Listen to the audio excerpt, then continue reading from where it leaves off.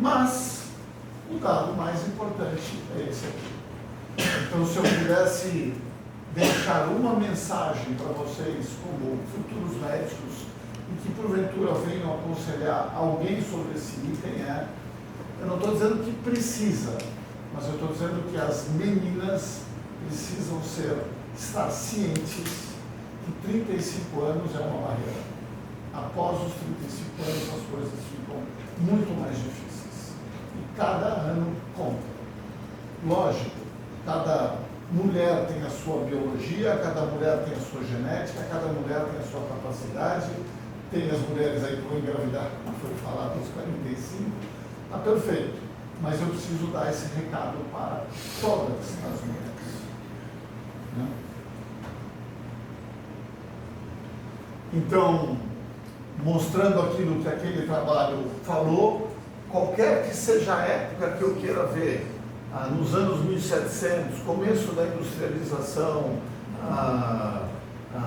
Idade Média, a taxa de gravidez tende a ser zero a partir dos 45 anos de idade.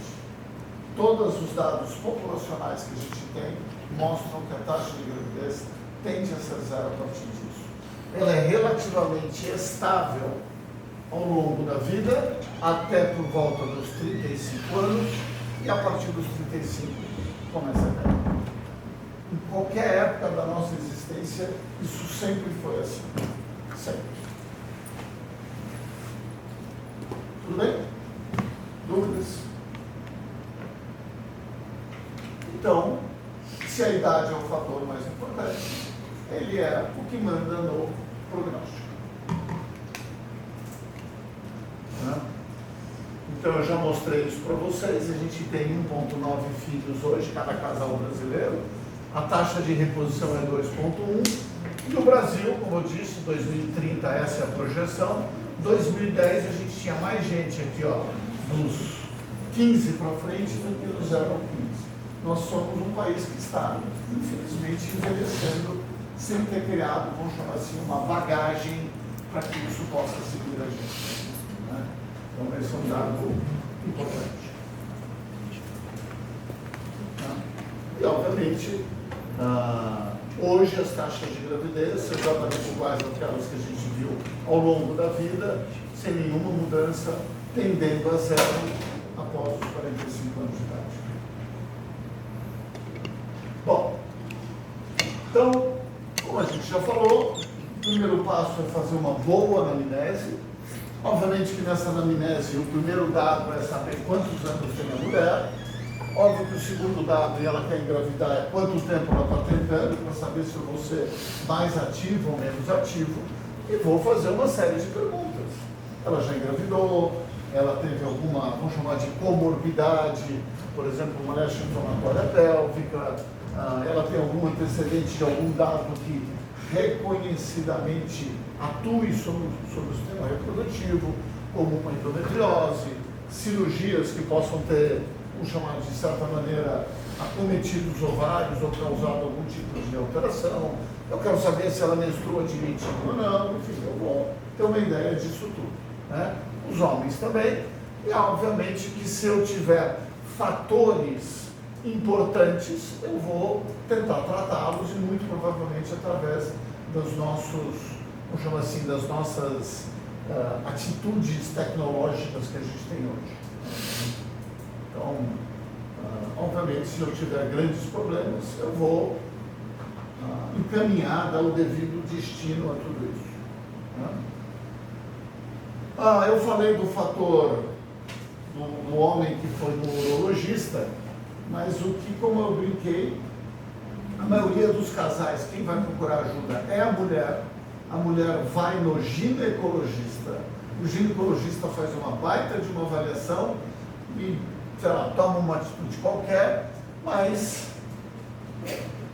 em 1/4 das vezes o homem tem um fator masculino claramente impeditivo e claramente ele não consegue engravidar. Então, o tratamento, a investigação não é só na mulher, mas também deveria ser no homem sempre. Né? E vocês vão ter essa aula daqui a pouquinho. Né? Bom, o que eu vou investigar? Bom, na mulher é mais ou menos fácil. Se o espermatozoide adentra pelo útero, a primeira ou uma das coisas que eu preciso investigar é se existe algum fator uterino. O que vocês imaginam que possa ser um fator uterino impeditivo para uma gravidez? Útero.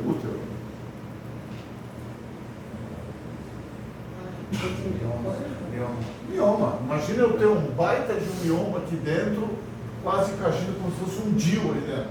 É muito difícil o embrião se implantar numa área que está muito acometida por algum tumor ou alguma coisa. Poderia pensar também em alterações anatômicas. Então, óbvio que isso é raro, mas aquela mulher que tem, porventura, algum motivo de útero não ter se formado adequadamente, né? Então, existem várias alterações. Mas, fundamentalmente, o que eu vou procurar são, vamos chamar assim, de elementos que possam estar ocupando a cavidade uterina, né? E ocupando e deturpando a cavidade uterina, né? Tuba. O que vocês pensam que pode acometer a tuba? Qual é a causa mais comum de obstrução tubária? É isso aí. Ou, obviamente, que a doença inflamatória pélvica, ela acomete a tuba, vamos dizer assim, internamente, mas eventualmente eu posso acometer a tuba externamente, pela endometriose. Se eu tenho um fator externo inflamatório e o organismo adere tudo para, vamos dizer assim, focar, não deixar aquilo ir adiante, e com isso eu modifico a anatomia completa das tubas, como é o caso da endometriose, que causa muitas aderências pélvicas, eu posso dificultar. E no ovário?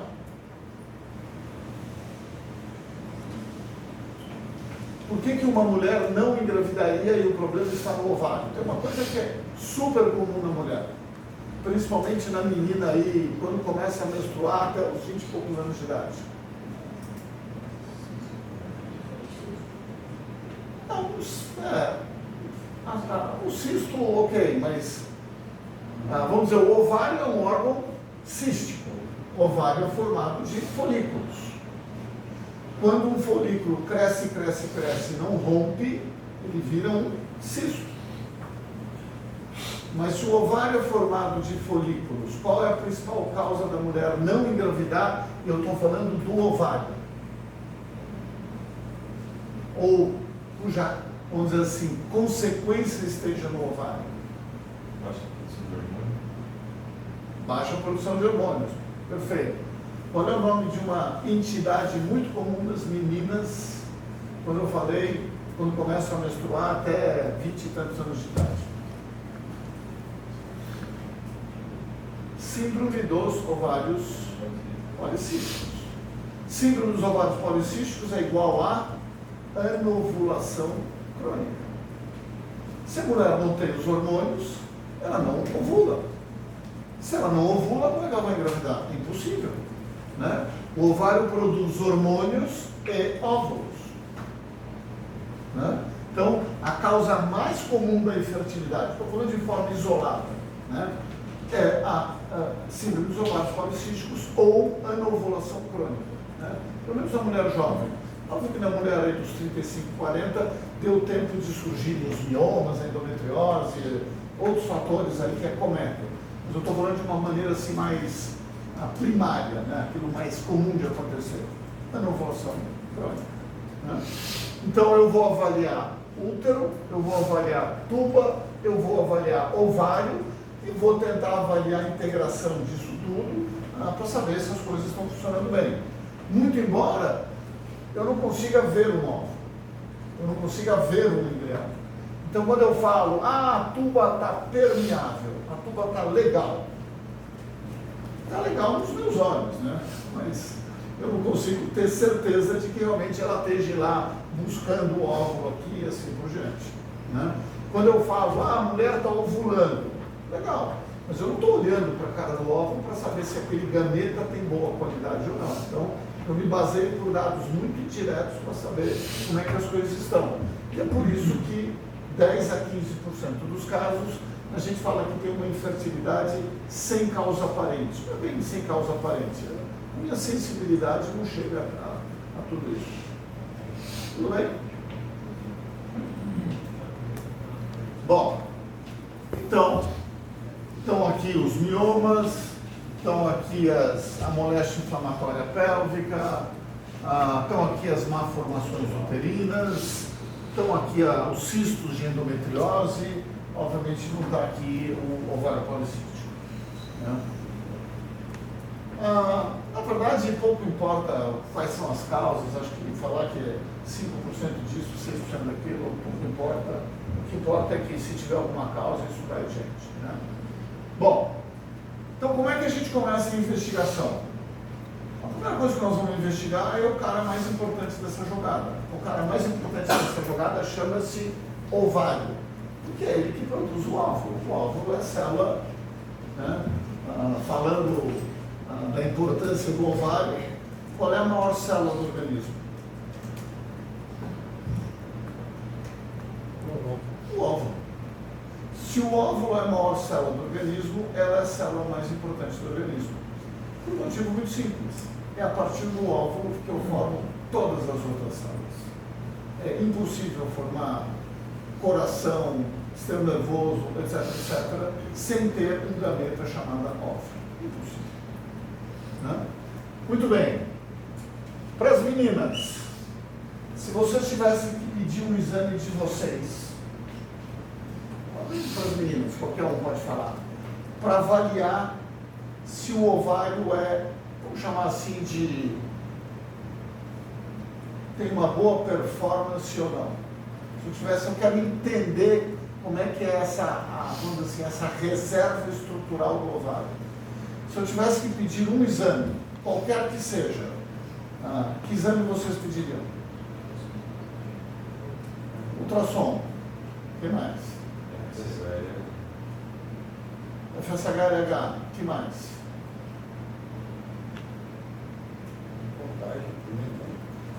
O ultrassom vai fazer a contagem dos folículos.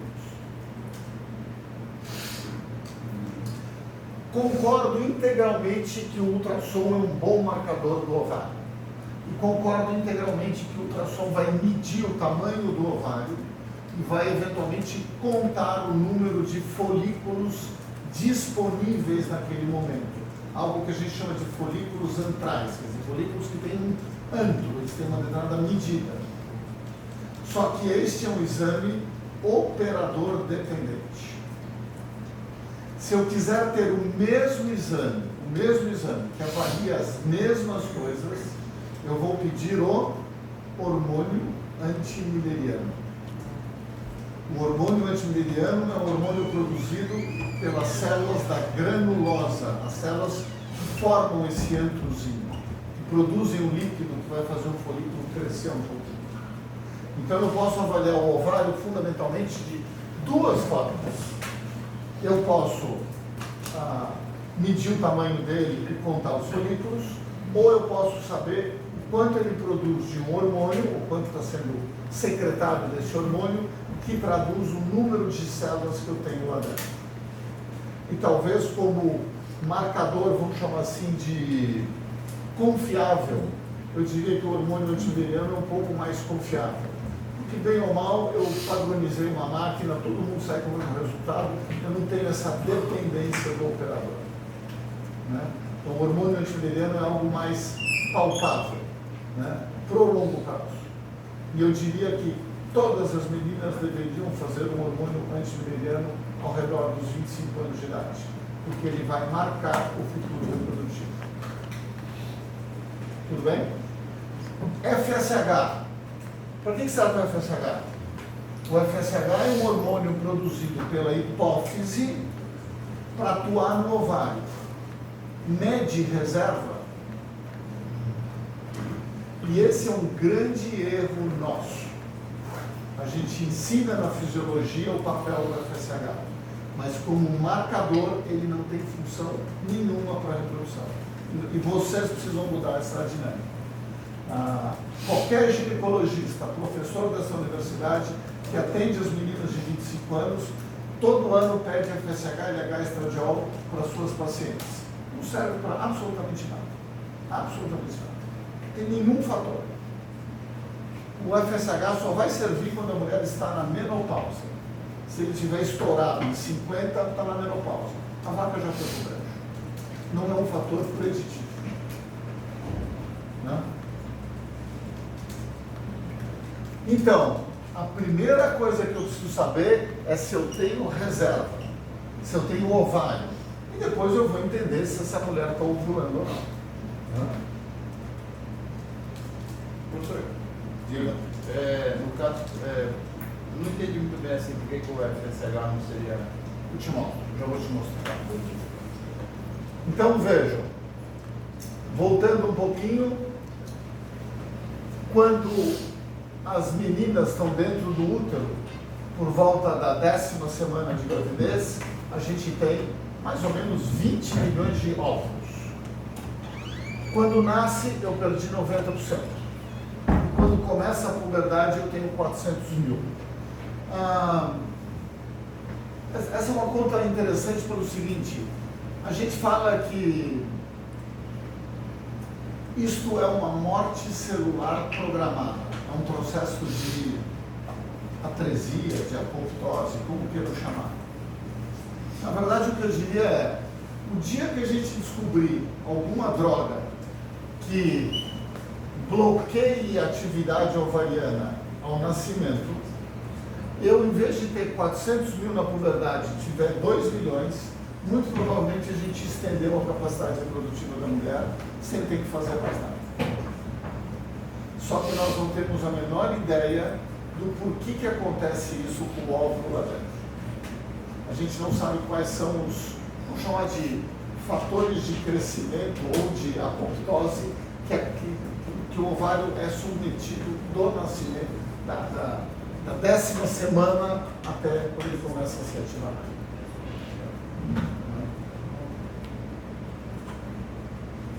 Então, obviamente que a gente vai sempre avaliar mais cedo se tiver algum item ruim, mas eu diria que eu acho que a gente tem que avaliar a reserva, como eu já disse, para mim eu avaliaria os 25 anos de idade. Pelo menos a menina está sabendo como é que ela é e ela pode pensar melhor a vida dela ao longo do tempo. Então, eu fujo um pouco. Né? Então, o FSH, ele é induzido pela hipófise, ele é secretado pela hipófise, e a depender da fase do ciclo, ele sobe, ele desce, ele está mais presente, menos presente, ou seja, ele tem uma série de dados negativos. E por ser um hormônio hipofisário, ele atua no ovário, mas ele não é secretado pelas células do ovário. Por isso que ele é um marcador deficiente. E, se a mulher tiver mais óvulos ou menos óvulos, eu vou secretar uma quantidade X de FSH para induzir a ovulação. Eu só vou mudar o FSH quando essa mulher estiver na perimenopausa, próximo da menopausa. Então o FSH só se modifica do ponto de vista de, para lados, vamos chamar assim, de perigosos, quando a minha reserva ovariana é muito baixa. Eu estou próximo da menopausa. Já o hormônio estradiol, a gente vai ver por que isso não acontece. Então, lembrando, o FSH é secretado no início do ciclo, eu ativo a ovulação, aí ele cai, no meio do ciclo ele sobe um pouquinho, depois, na hora que a mulher vai menstruar, ele volta a subir. Ele tem uma flutuação ao longo do ciclo. Né? Então, não é um bom marcador para nós. Além disso tudo, o FSH tem uma série de mecanismos de feedback. A gente estuda esses mecanismos, então a gente dosa a tal da ativina, a tal da inibina, esses compostos. Mas como eu falei, são compostos que estão agindo aqui, e não aqui. Por isso que eu preciso ter um marcador do ovário. E este marcador chama-se hormônio antimiligrama. Né? Então,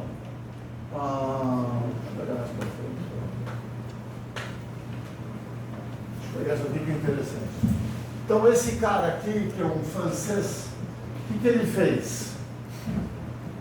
Lá em 1947, a gente sabia dos hormônios, mas não conseguia medir os hormônios muito bem. Ele fez uma coisa interessante. Ele pegou ratinhos e ele tirava a gônada do ratinho em vários momentos da vida diferentes, vários momentos da gestação diferentes. E o que ele mostrou foi, quando ele tirava muito precoce, aquele ratinho macho nascia com todas as características da fêmea, tanto do ponto de vista de genitália externa, quanto do ponto de vista de genitália interna. Mas se ele tirasse numa determinada fase, ele tinha uma vamos dizer assim, modificação. A genitália interna era puxada para o lado feminino e a genitália externa, feminino e a genitália externa masculina. Bom, o que ele provou? Que o testículo não produz só um hormônio chamado testosterona. Então, quando ele tirava a gônada, a gente pensava, não tem testosterona, não forma vesículas seminais e, enfim, próstata, essa coisa toda, eu derivo para o lado mulher, útero, tubas e genitália externa. O que ele mostrou quando ele fez essa diferenciação é que, na verdade, existiam dois hormônios. Um deles era a testosterona e o outro era um fator que ele chamava de MIF, que era o Millerian Inhibitor Factor. Era um fator que inibia os dutos de Miller. E quando eu não tinha duto de Miller, não tinha esse fator, os dutos de Miller progrediam e a genitália interna era feminina. Com o tempo, bom, não tenho esse slide aqui, e a gente achava que isso era restrito aos homens. Só que no final dos anos 90, alguém começou a dosar esses hormônios em mulheres pós-puberdade. Quer dizer, a gente achava que era um hormônio único e exclusivamente relacionado à formação dos órgãos. Mas alguém começou a dosar isso nos anos 90, na verdade, quando a gente sequenciou o genoma, a gente descobriu que o genoma da mulher, obviamente, também tem o gene para produzir hormônio antimileriano, o tal do MIF. E o tal do MIF começou a ser valorizado como um hormônio produzido pelos ovários. Tudo bem? Quer dizer, essa é a história de como as coisas vêm, né? E o que acontece? Quando eu recruto o folículo primordial, por algum motivo o folículo primordial começa a avançar, o hormônio antimileriano produzido pelas células que rodeiam vamos dizer assim, o folículo, né? Então tem o óvulo aqui dentro e aquelas células da granulosa que estão por aqui. E a partir de então a gente mudou o nome de MIF para hormônio antimileriano. Quer dizer, não é um fator, mas é um hormônio secretado, produzido, com vida útil e assim por diante. Só que ele só é secretado a partir do momento que a mulher passa a menstruar, ou seja, ter atividade dos ovários. Tudo bem? Dúvidas? Sem dúvidas? Tá? Muito bem. Se eu tenho um hormônio que é produzido nesta fase, que é uma fase, vamos chamar assim, de ativação da reserva, ele é muito mais verdadeira do que o hormônio que vai agir para que o óvulo solte, saia, que é o tal do FSH. Quer dizer, eu tenho um hormônio produzido, eu vou medir através desse hormônio, eu vou ter uma ideia da minha disposição de folículos presentes naquele ovário. E, como a mulher, nesta fase, esse folículo não está ovulando, ele vai ovular 80 dias depois, ou seja, entre ser ativado, né, entre sair daqui e chegar aqui, a gente diz que tem 120 dias, mas sair daqui e chegar aqui vai ter uns 80, 60 dias. Na verdade, ele não tem muita flutuação, porque a flutuação se dá para os folículos que estão sendo chamados para o fenômeno da ovulação. Tudo bem? Deu para entender? Dúvidas? Quem entendeu isso é a coisa mais importante que tem. Aí no caso a concentração desse hormônio é diretamente proporcional ao número de óvulos. Por isso que ele é o melhor marcador que eu tenho. E como esse marcador é secretado numa fase que pouco importa se ela está menstruando ou não está menstruando, eu posso dosar esse hormônio em qualquer dia do ciclo menstrual. Pouco me importa o dia que eu queira fazer isso.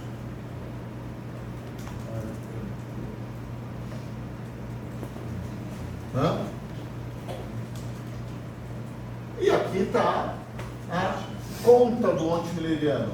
As meninas, como eu falei, de 25 anos, assim, por que eu falei que dosar com 25? Porque, obviamente, o ovário da menina de 14, ele ainda não tem aquela integridade do eixo. Ela, às vezes, tem ciclos mais anovulatórios, aquilo que a gente explicou do ovário policístico, de não ovular bem, e por aí vai. Mas vamos dizer que a partir dos 25 anos, a maioria das mulheres tem ciclos regulares, ovulatórios, bonitinhos. Eu vou ter uma média que vai caindo ao longo da vida, mas eu posso estratificar as mulheres que têm uma, vamos chamar de ótima resposta, das mulheres que têm uma resposta menor. Se eu tenho uma menina nesta fase, com 25 anos, o que eu falo para ela? Olha, estamos numa situação X qualquer, você vai ter que entender que a tua habilidade de produzir óvulos não é tão grande. Vamos fazer uma coisa? Talvez seja interessante pensar em guardar óvulos de 25 anos, que são de ótima qualidade, e que eu sei, lá pelo trabalho do cara de 1957, que se eu guardar esses óvulos, eu vou te dar uns 90% de taxa de gravidez lá na frente. Simples assim. Deu para entender? Alguém tem dúvida nisso? Não? Então, o hormônio antimileriano é o verdadeiro marcador da atividade do ovário. Esqueçam o FSH. Não serve para absolutamente nada do ponto de vista de fator prognóstico. Número. Quantos eu tenho? Como é que vai ser minha vida daqui a 10, 15 ou 20 anos? Quem me dá isso chama-se hormônio antimileriano.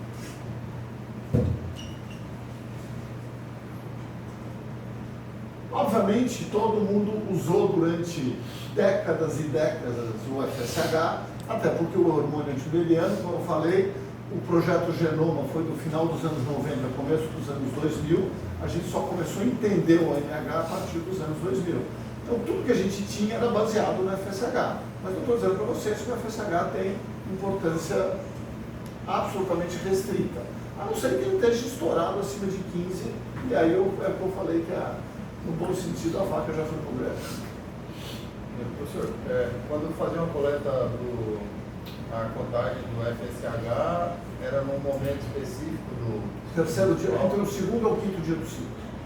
Que é aquele momento que eu estou chamando os óvulos para aquele mês. Então eu quero ver a atividade do FSH sobre o ovário para recrutar. Então por isso que esse era o momento ideal. Segundo ou quinto dia. Né? Mas, é aquilo que alguém já falou, eu concordo que o ultrassom tem o mesmo valor, exatamente o mesmo valor do AMH, desde que ele seja feito por pessoas bem, vamos chamar assim, com uma boa vivência nessa área. Não é qualquer ultrassonografista que faz isso. E, obviamente, o que a gente vai fazer é a montagem aí dos folículos antrais, que também já foi falado, e que é absolutamente, do ponto de vista de valor, de previsão dessa reserva, ele é muito semelhante ao MH, não tem nenhuma diferença, a não ser esse dado de ser mais operador dependente. Tá? Então eu posso contar os folículos, e obviamente naquela mulher que tem 15, 20, eu estou absolutamente tranquilo. Né? Qual é a vantagem do ultrassom? Hoje qualquer ginecologista tem um aparelho de ultrassom no seu consultório. Então, o ginecologista tem condição de dar essa visão para a mulher. A segunda vantagem é que o tal do hormônio antimileriano, infelizmente, não é coberto pelos convênios. Como ele é um hormônio que foi identificado depois dos anos 2000, a gente tem o pré-AMS, que é 98, o pós-AMS, 98, Isso não está no rol da Agência Nacional de Saúde, nenhum convênio cobre esse exame. Por isso que ele é pouco pedido, porque ele é pago e custa uns R$350. Bom, o que mais eu posso ver no ultrassom? Eu tenho o início do ciclo, uma série de folículos antrais, que vocês já falaram, e o meu útero está fininho, o endométrio está fininho, ele está pouco proliferado. À medida que o folículo é selecionado e ele cresce, então eu tenho os pequenininhos e o maior, o que o folículo produz? Estrogênio. O estrogênio vai lá no endométrio e cresce o endométrio, prolifera o endométrio. E eu tenho essa visão que a gente chama de um endométrio trilaminar. Ou seja, eu tenho uma parte basal, hora que as lâminas do endométrio, a glândula se toca, eu tenho essa área mais refringente. E esse é o sinal de que o endométrio está nota 10 para receber um embrião. Hora que ovula, aqui não está muito bom, mas eu encho de sangue o folículo, quer dizer, começo a produzir progesterona. Como é que fica o meu endométrio? Brancão. A progesterona modifica a atividade da glândula e faz com que a glândula secrete lá as suas substâncias que vão nutrir o embrião, para que o embrião chegou no útero, para que haja implantação.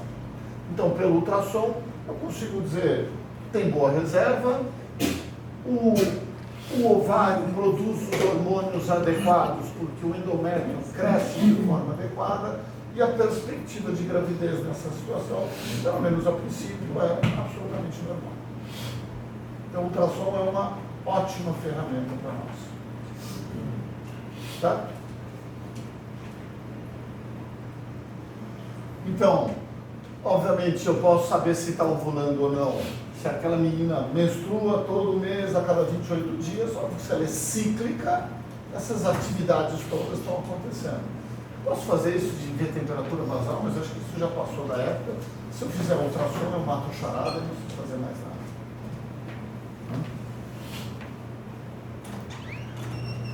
Então, ultrassom é a melhor ferramenta. Posso pedir dosar progesterona, obviamente que a progesterona é um hormônio só é produzido no pós-ovulação. Né? É impossível produzir progesterona sem ter uma série de atividades endócrinas presentes. E posso até tirar um pedacinho do endométrio e ver se aquele brancão corresponde à realidade. Mas óbvio que isso é muito invasivo, ninguém mais faz isso só para ver se está ovulando ou não. Né? Muito bem. Então, o nosso órgão mais importante chama-se ovário. A nossa forma de investigar o ovário chama-se hormônio antibiliano e ou ultrassonografia. Com isso, eu consigo entender se o ovário é grande, tem uma boa reserva, tem condições ideais. Se o ovário é grande, tem uma boa reserva, tem condições ideais, sei lá, eu posso aconselhar alguém. Se obviamente tiver essas condições básicas não são as ideais, a gente também vai aconselhar, no caso, os casais ou essa menina, para talvez terem atitudes um pouco mais preventivas. O problema não é ter alguma coisa, o problema é ter alguma coisa e ninguém ter avisado, ninguém ter salientado. Tudo bem? Bom, saindo do ovário, vamos olhar a tuba, e o nosso exame chama-se uma salpingografia, né? Uma grafia das tubas. Obviamente que a única maneira que eu tenho de fazer isso é injetar um contraste, e esse contraste vai passar pelo útero, daí o nome do exame, histerosalpingografia. Então, eu venho com um catéterzinho, ponho aqui encho um balãozinho para esse catéter se posicionar no colo do útero, e injeto um contraste que vai sair pelas tubas. Então, mais ou menos, acho que por etapas. Então, o primeiro tempo que eu injeto o contraste, eu vou ver como é que está a anatomia do útero. Então, se eu tenho aquela figura de um triângulo de base invertida, eu falo, opa, acho que o útero está legal, estou tudo nota 10. Se eu tivesse um mioma aqui na frente, o contraste iria por aqui, não conseguiria ficar, eu tenho uma falha de enchimento nessa parte. Né? Mas, obviamente, que essa grafia para avaliar o útero, o ultrassom é muito mais sensível, me dá muito mais coisa. Mas, como eu já olho o útero, eu vou avaliar aí a topografia, o contorno, se tem falhas de enchimento que possam me dizer que eu possa ter sinéquias, pólipos, miomas, aquela coisa toda. Né? Mas o que me importa mais é isso aqui. Eu vou ver o contraste saindo, então do útero ele é fininho e a tuba vai se alargando. Né? Normalmente ela vai se alargando. Eu consigo até, eu sei que a tuba tem um epitélio glandular também, então eu tenho essas pregas mostrando que o contraste está se esvaecendo e aí ele começa a sair para a cavidade. Né? Então essa é uma tuba, pelo menos por essa grafia, absolutamente normal, com uma boa dispersão. Eu depois no final do exame tiro aquele catéter e eu vejo, olha, o contraste se dispersou de uma maneira igualitária pela cavidade.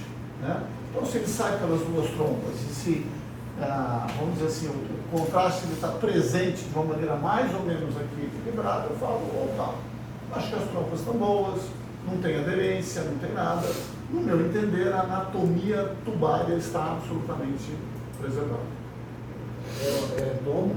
Tomografia? Não, a raio-x. Raio-x contrastado. O melhor é você fazer isso por radioscopia. Então eu injeto o contraste, estou olhando lá o contraste se dispersar, na hora que ele se dispersou, eu caio fora, e nesse intervalo eu fui tirando chapas para mapear tudo isso. Tá? Ups. Ué. O que eu posso ver? Tubas que não, vamos dizer assim, jogaram o contraste para fora. E, obviamente, houve uma dilatação na parte final das trompas. Obviamente, se eu tiver uma obstrução tubária, eu vou ter isso que a gente chama de uma hidrossalpinge, né? Água nas tubas, que nada mais é do que a visão de que as coisas não estão adequadas. Né? Qual é o problema desse exame? É que sair daquele perfeitinho e entrar nesse estágio final, ok, se eu pego uma imagem como essa, ninguém vai dizer que a trompa é boa, todo mundo sabe. Mas entre eu chegar nesse estágio e falar, tem uma dificuldade da tuba de carrear os gametas, eu não tenho muita visão por este exame, ele é pouco sensível para isso. Né?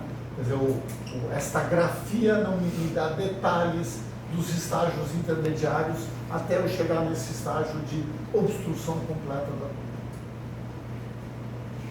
Dúvidas?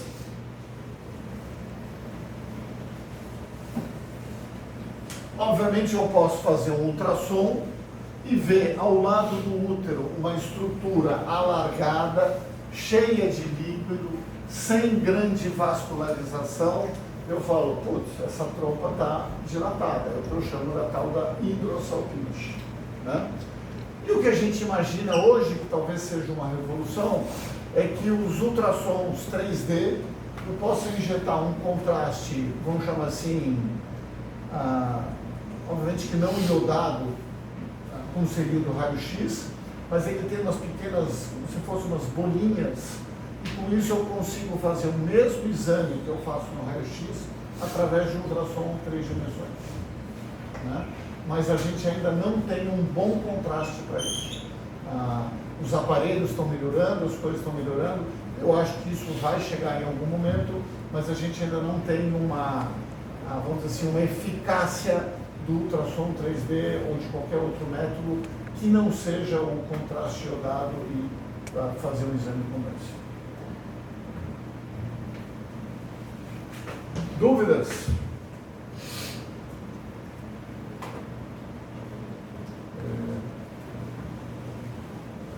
E, eventualmente, eu posso até fazer uma laparoscopia.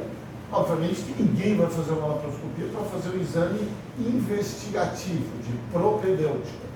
Mas se eu tiver uma suspeita de endometriose, a minha hidrossalpinge não foi ruim, as coisas foram ruins, obviamente que na laparoscopia eu vou ter uma visão muito clara das tubas e vou até poder agir no sentido de corrigir eventuais alterações, principalmente as aderências dadas pela endometriose. Professor, o que seriam falsos resultados? Falso resultado?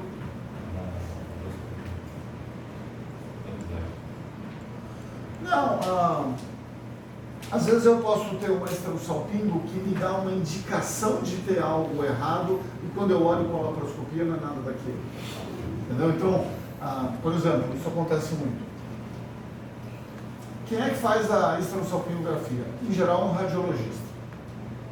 Muito bom. Você já viu o radiologista colocando espéculo na mulher? É uma tragédia. Então, o que ele faz? Primeiro, ele já não tem muita coisa, então, vamos dizer que machuque um pouquinho. Aí ele injeta o contraste, a mulher está tensa, está coisa. O que acontece com o útero? Contrai. O que acontece com o contraste? Não sai. E ele dá um diagnóstico de obstrução tubaria. E você vai fazer uma laparoscopia e não tem nada disso. Entendeu? Então, infelizmente, a esterossalpingografia ela está sujeita a resultados, chama-se de falso positivos, dizendo que tem alguma coisa e, na verdade, não era bem isso. Muito possivelmente por um problema técnico, não por um problema outro. Né? Mas também pelo fato de que não é um exame que tem uma sensibilidade muito boa. Tá? E, obviamente, a gente então já avaliou o ovário, já avaliou a tuba, vamos para o nosso último item, que é o útero. Como a gente já falou, o ultrassom hoje é uma excelente ferramenta, né? O ultrassom mapeia isso muito bem. Então, é uma ferramenta que a maioria dos consultórios de ginecologistas vão chamar a maioria, que eu digo, as pessoas mais novas, né? Já tem no seu consultório, tem uma boa acurácia e, obviamente, eu vejo com muita tranquilidade o útero. Eu vou poder ver os pólipos. O que tem aqui? De baixo que não estou sabendo o que é isso aqui. Eu consigo ver um mioma grandão, né? Eu consigo identificar eventualmente um septo que divide a cavidade uterina em duas metades. Enfim, através do ultrassom hoje eu tenho uma supervisão da anatomia do útero e obviamente que qualquer coisa assim razoavelmente que impacte na dinâmica, né, da anatomia é fácil de ser identificado. Então, eu posso, inclusive, na hora que eu sugerir que tenha o tal dos pólipozinhos, fazer a mesma coisa, injetar um pouquinho de água, né, de uma solução salina, identificar esses pólipos e até se eu quiser fazer uma esteroscopia, saber a base dos pólipos para me facilitar na hora de eu operar, não estar muito perdido lá onde estão as coisas. Então, eu consigo, vamos dizer assim, ampliar a sensibilidade desse exame, fazendo, vamos dizer assim, injetando um pouquinho de líquido, em vez de ser uma esterossalpingografia, eu vou fazer algo que a gente chama de uma esterossonografia, né? Quer dizer, não é pelo raio-x, mas sim pelo ultrassom, daí o nome esterossonografia. Como eu falei, muito possivelmente, quando a gente tiver contrastes adequados, eu vou conseguir fazer a vamos dizer assim, esterossalpingosonografia de uma maneira para substituir a esterossalpingografia pura. Tudo bem? E, óbvio, que se eu quiser ter uma visão clara do interior do útero, eu posso fazer uma esteroscopia. Hoje, na nossa área, se discute muito não alterações anatômicas do útero, mas alterações inflamatórias do útero que poderiam impedir uma mulher de engravidar.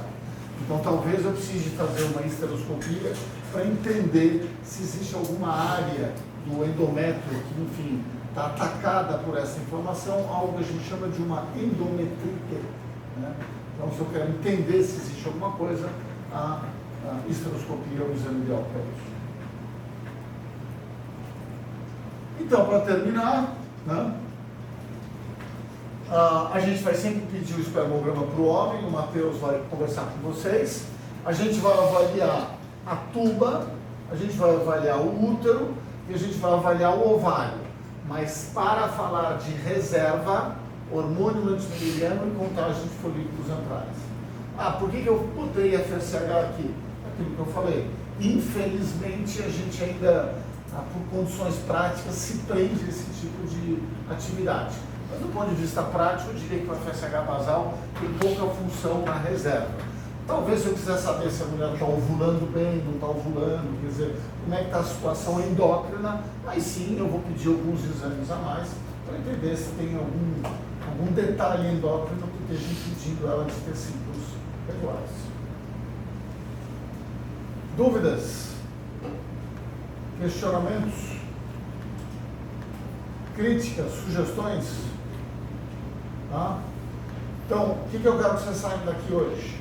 Bom, reprodução humana é uma doença como outra qualquer e o casal merece ser avaliado. 2, não é uma doença de uma pessoa, mas muitas vezes é uma doença de um casal. Óbvio que a vida hoje tem outras configurações, mas envolve um casal, uma família, uma pequena comunidade. Né? 3, qual é a coisa mais importante na reprodução? Saber se o óvulo está lá e se eu tenho boa reserva. Porque é o fator prognóstico mais importante, chama-se ovário, qualidade do óvulo. E para isso eu preciso ter um bom ultrassom ou talvez o tal do antimileriano. E para o casal que quiser engravidar, eu preciso eventualmente fazer uma série de exames para tentar identificar qual é o órgão afetado e propor os tratamentos a depender daquele órgão afetado. Certo? Se vocês levarem esse finalzinho, está tudo bem. Não precisa mais nada. Só emocionado.